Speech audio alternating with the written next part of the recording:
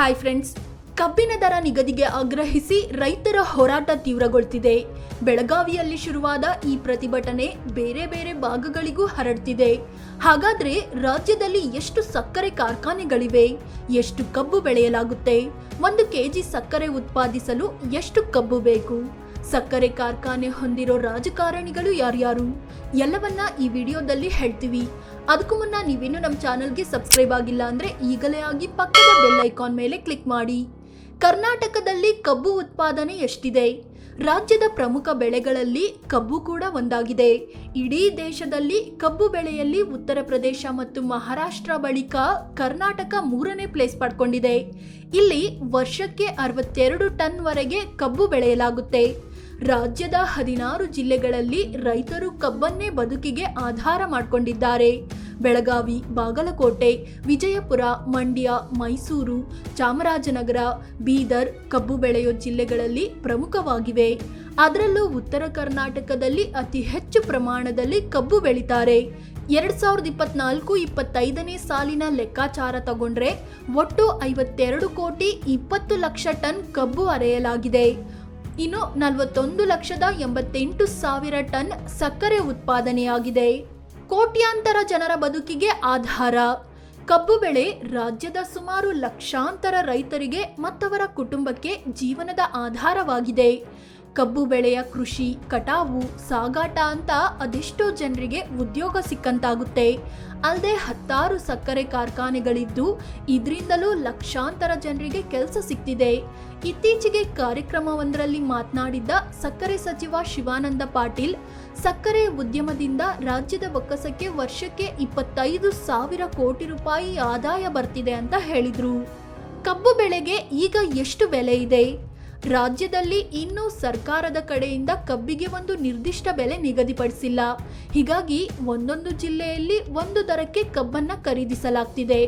ಟನ್ಗೆ 3,000 ಆಸುಪಾಸಿನಲ್ಲಿ ದುಡ್ಡು ಕೊಡಲಾಗ್ತಿದೆ.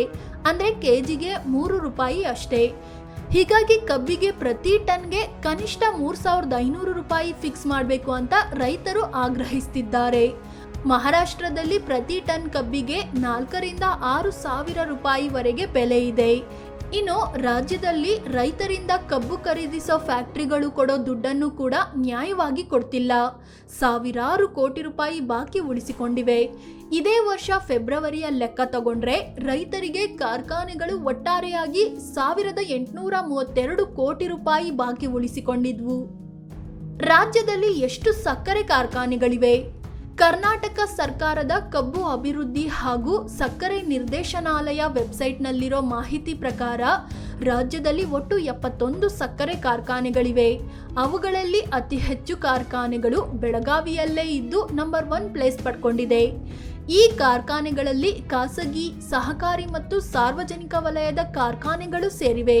ಹಾಗಾದ್ರೆ ಯಾವ್ಯಾವ ಜಿಲ್ಲೆಯಲ್ಲಿ ಎಷ್ಟೆಷ್ಟಿದೆ ಅಂತ ನೋಡೋದಾದ್ರೆ, ಬೆಳಗಾವಿಯಲ್ಲಿ 24 ಕಾರ್ಖಾನೆ, ಬಾಗಲಕೋಟೆಯಲ್ಲಿ 11, ವಿಜಯಪುರ 9, ಬೀದರ್ 6, ಮಂಡ್ಯ 5, ಕಲಬುರಗಿ, ಬಳ್ಳಾರಿಯಲ್ಲಿ 3, ದಾವಣಗೆರೆ 2, ಮೈಸೂರು, ಹಾಸನ, ಚಾಮರಾಜನಗರ, ಯಾದಗಿರಿ, ಶಿವಮೊಗ್ಗ, ಉತ್ತರ ಕನ್ನಡ, ಗದಗ, ಹಾವೇರಿಯಲ್ಲಿ ತಲಾ 1 ಕಾರ್ಖಾನೆಗಳಿವೆ. ಕಾರ್ಖಾನೆ ಹೊಂದಿರೋ ರಾಜಕಾರಣಿಗಳು. ಬೆಳಗಾವಿ ಜಿಲ್ಲೆಯೊಂದರಲ್ಲೇ 24ಕ್ಕೂ ಹೆಚ್ಚು ಸಕ್ಕರೆ ಕಾರ್ಖಾನೆಗಳಿವೆ. ಅವುಗಳಲ್ಲಿ ಹೆಚ್ಚಿನವರು ರಾಜಕಾರಣಿಗಳು, ಸಚಿವರು ಮತ್ತವರ ಕುಟುಂಬಕ್ಕೆ ಸೇರಿದ ಕಾರ್ಖಾನೆಗಳೇ ಜಾಸ್ತಿ ಇದೆ. ಹಾಗಾದ್ರೆ ರಾಜ್ಯದ ಯಾವ ರಾಜಕಾರಣಿಗಳು ಸಕ್ಕರೆ ಕಾರ್ಖಾನೆಗಳ ಮಾಲೀಕತ್ವ ಹೊಂದಿದ್ದಾರೆ ಅಂತ ನೋಡೋಣ.